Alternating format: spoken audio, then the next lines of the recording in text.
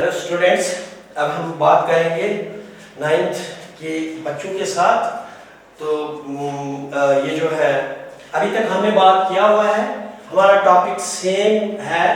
Cell हमारा topic general है, लेकिन अब हम बात करेंगे, आज हम जस्टिफाई करेंगे,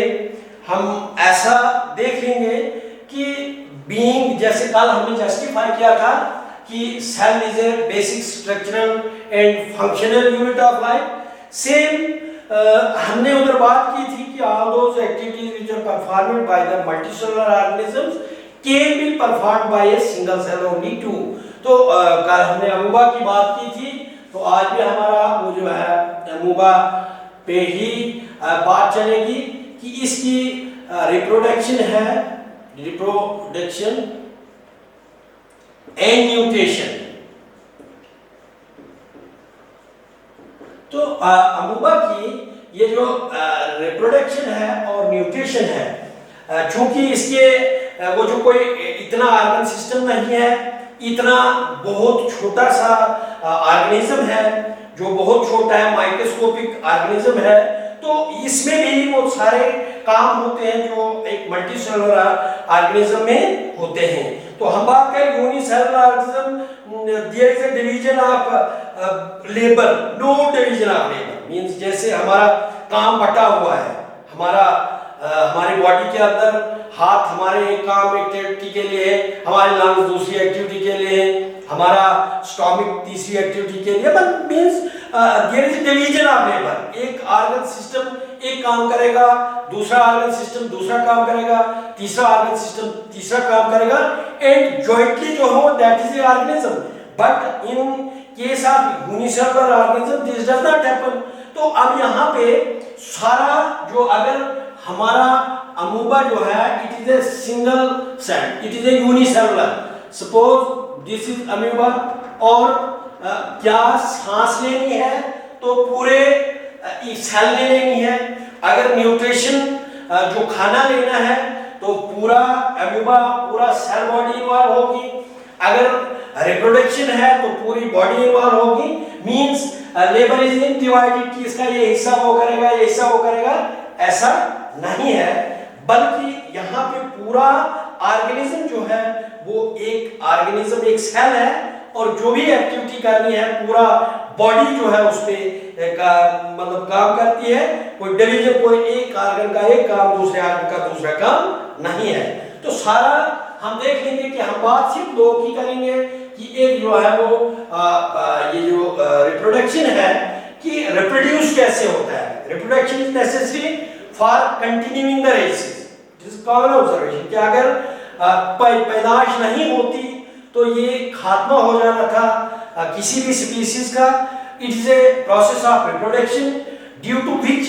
there is a continuation in the races, means पूरा उसका पोता मतलब नस्ल दर नस्ल आगे चलता जा रहा है, तो मींस अपनी नस्ल को बढ़ाता है, पीछे ओल्ड एज मैच्योरिटी अटेन करके डाई हो जाता है, मींस सेम नस्ल को बढ़ाने के लिए जो है ये सब होता है। तो प्रोसेस ऑफ रिप्रोडक्शन में क्या होता है कि जैसे हमारा अमूबा है, पूरा अमूबा इसमें इवॉल्व हो जाएगा, इसका साइटोप्लाज्म है वो बात नहीं करेंगे हम, सिंपली हम करेंगे कि ये कैसे रिप्रोड्यूस होता है। इसका सिर्फ सेक्सुअल रिप्रोडक्शन होती है, एक बाइनरी फिशन की तरह का है कि एक अमूबा जो है इसमें दूसरे एक स्टेप तो है, नेक्स्ट स्टेप में इसका जो न्यूक्लियस है ये डिवाइड होना शुरू हो जाएगा, फिर नेक्स्ट स्टेप में इसके विजिबल हो जाएंगे पार्ट्स पूरी बॉडी के भी और इसके सेल के भी, और इस प्रोसेस से हम देख लेंगे कि अमूबा जो है अपनी नस्ल को बढ़ाता है। मींस फर्स्ट क्या होता है कि इसका जो न्यूक्लियस के अंदर जो मटेरियल है which is responsible for taking the characteristics for in heredity characters, nucleus के अंदर न्यूक्लियर मटेरियल होता है, वो मटेरियल जो है उसमें ये पढ़ना हमें नहीं है, लेकिन जो भी रिस्पॉन्सिबल है अपने कैरेक्टर्स को लेना मतलब ये अम्यूबा का आगे 2 अम्यूबा बनेंगे। तो अब जो कैरेक्टर्स कैरी हो गए क्या, वो कहाँ पे हो, न्यूक्लियस, वो प्रोटीन मटेरियल इसके अंदर होता है, तो वो भी जो है नंबर फर्स्ट जो है वो न्यूक्लियस इसका डिवाइड होना शुरू हो जाता है। फिर नेक्स्ट स्टेप में ऐसा लगता है कि इसके 2 हिस्से बन गए और आगे अल्टीमेटली हम देख लेते हैं कि एक अम्यूबा के हमें 2 अम्यूबा बन जाते हैं। मींस इसका न्यूक्लियस डिसेंटिक ये डेवलप बढ़ना 2 हिस्सों में बढ़ना शुरू हो जाता है, यहाँ पे पूरा बढ़ के फिर इसका वो न्यूक्लियर जो कवरिंग है वो डिसइंटीग्रेट होकर 2 न्यूक्लियस बन जाते हैं। जैसे ही 2 न्यूक्लियस बनेंगे तो अम्यूबा पूरी बॉडी जो है वो 2 हिस्सों में बट के, तो एक अम्यूबा जो है पेरेंटल बॉडी जो है वो आगे ऑफस्प्रिंग भी उसी से बनता है। नाउ इस रेशो से बनता है 1 के 2, 1 गिव राइज टू 2,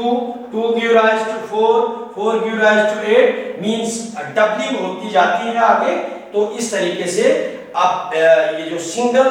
अम्यूबा जो है अपनी नस्ल को इस तरह से बढ़ाता है। अब हम थोड़ा सा बात करेंगे कि इसके वो जो न्यूट्रिशन है वो किसी भी इंजेस्ट या इजेस्ट कैसे करता है, क्योंकि हम खाना खाते हैं, खाना डाइजेस्ट होता है, break down in the body, inside the body, and then the complex substances are built, then the undigested particles are removed. तो what in case of this amoeba, suppose there, फिर हम दोबारा इस अमीबा की बात करेंगे जहाँ पे